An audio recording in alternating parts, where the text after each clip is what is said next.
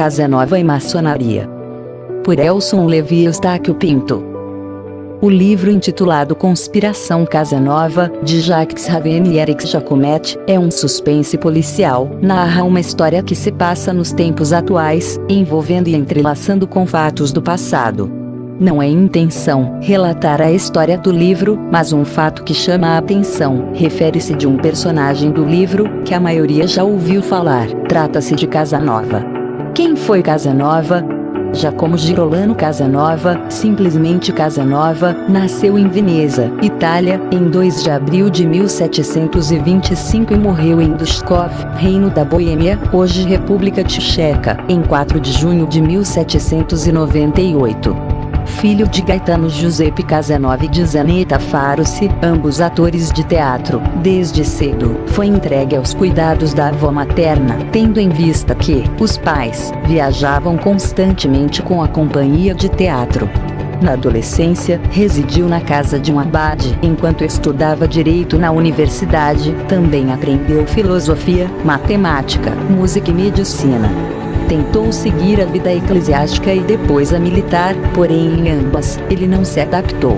Mas a vida lhe reservou outros destinos. Casanova gozou seus plenos 73 anos apaixonantes, marcados, sobretudo pelas suas aventuras amorosas, jogatina e festas. Foi perseguido e preso em Veneza, 26 de julho de 1755, sendo condenado a 5 anos de prisão, sob a acusação de levar uma vida dissoluta, libertina, de possuir e divulgar livros proibidos e de fazer propaganda antirreligiosa. Na madrugada do dia 1 de novembro de 1756, conseguiu fugir da prisão e foi viver na cidade de Munique, na Alemanha. Em seguida, passou a morar em diversos países, entre eles, França, Suíça, Itália, Inglaterra, Bélgica e Espanha. Como lembranças, ele deixava para trás amantes, dívidas de jogo, amigos e inimigos. Entretanto, nesse período, teve o privilégio de conhecer e conviver como muitos personagens relevantes da sua época, para citar alguns: Rousseau, Voltaire, Diderot, D'Alembert e outros nomes expoentes da cultura europeia. Pelo lado cultural e intelectual, escreveu 42 livros, traduziu Ilíada de Homero do grego para o italiano e deixou um romance de ficção em 5 volumes. Além disso, era um profundo conhecedor de filologia, teologia, matemática, física e música, tendo sido até violinista profissional. Regressou a Veneza, 18 anos mais tarde, em 1774, com a incumbência de escrever relatórios secretos para a Inquisição de Veneza, entregando às pessoas em que ele frequentava, com as suas longas noites de jogatina e festas, nos seus tempos de juventude. Em 1785, já com idade avançada, foi nomeado bibliotecário do Conde de Waldstein-Wartenberg, em Duszków, na Boêmia, permanecendo no cargo até o fim de sua vida. Dedicou seus últimos anos à escrita de um romance, Iso Cameron, especialmente, à redação das suas memórias, História da Minha Vida.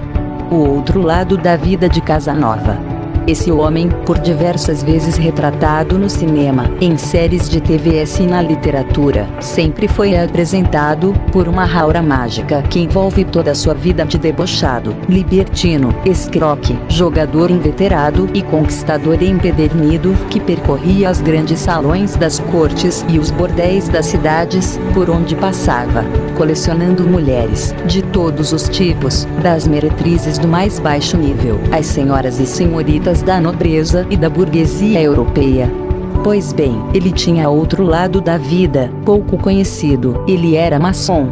Para alguns historiadores maçônicos, esse homem oportunista, que só viveu para o ócio, a libertinagem e à custa dos outros, usava a maçonaria para abrir as portas nos mais altos círculos das sociedades europeias daquela época.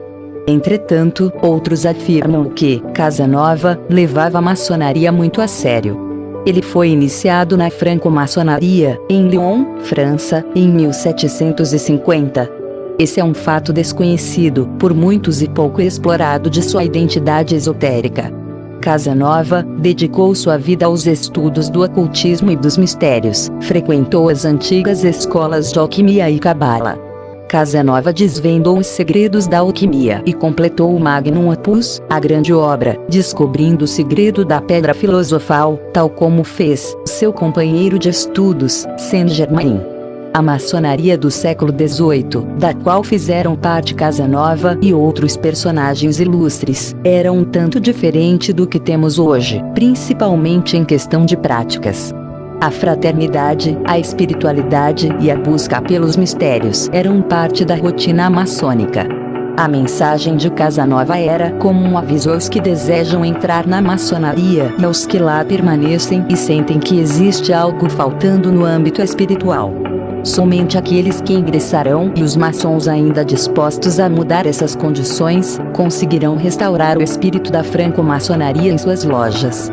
Aqueles que desejam se dedicar à Magnum Opus revelada através da arte real ensinada pelos rituais da maçonaria. Como Casanova via a maçonaria? Casanova descreveu os seguintes comentários à maçonaria. Foi em Lyon que um respeitável indivíduo, que conheci na casa de M. de Rochebaron, obteve para mim o favor de ser iniciado na sublime ordem da franco-maçonaria.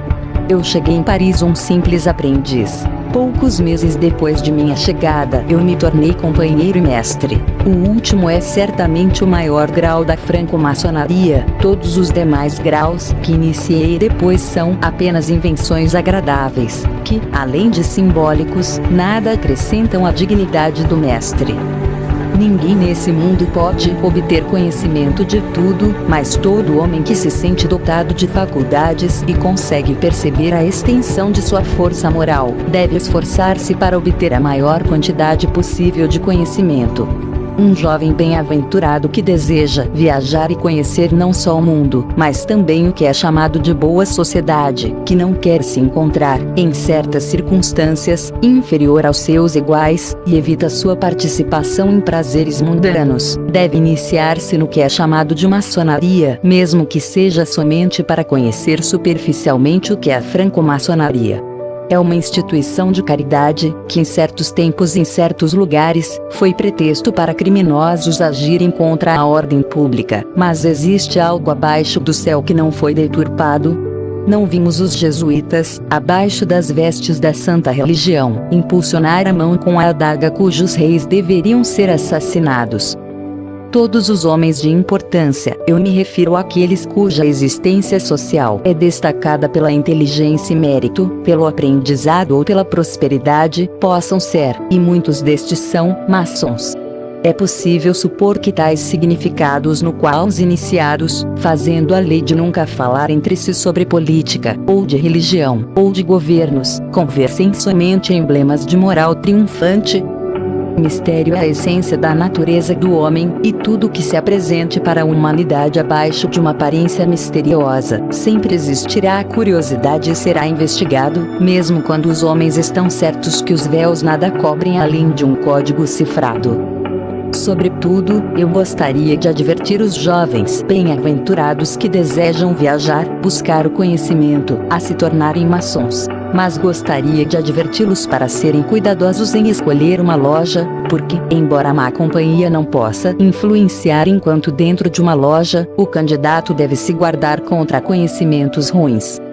Segredos da maçonaria segundo Casanova. Aqueles que se tornam maçons apenas para uma questão de descobrir o segredo da ordem, correm o grande risco de envelhecerem encobertos de sombra, ou sob a colher de pedreiro, sem nunca descobrir os propósitos da ordem. Porém há um segredo, mas é tão inviolável que este nunca foi confidenciado ou murmurado para ninguém.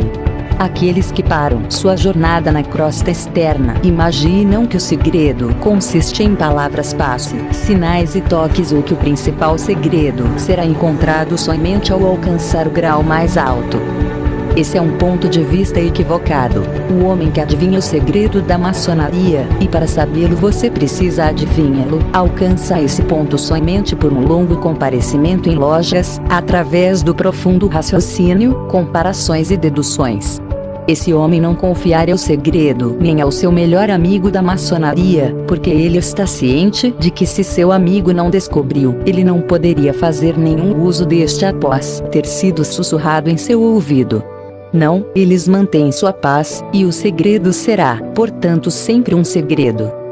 Tudo feito em loja precisa ser um segredo, mas aqueles que inescrupulosamente revelaram o que foi feito em loja, são incapazes de revelar o que é realmente essencial. Eles não têm o conhecimento do segredo, e se soubessem, eles certamente não teriam revelado o mistério das cerimônias.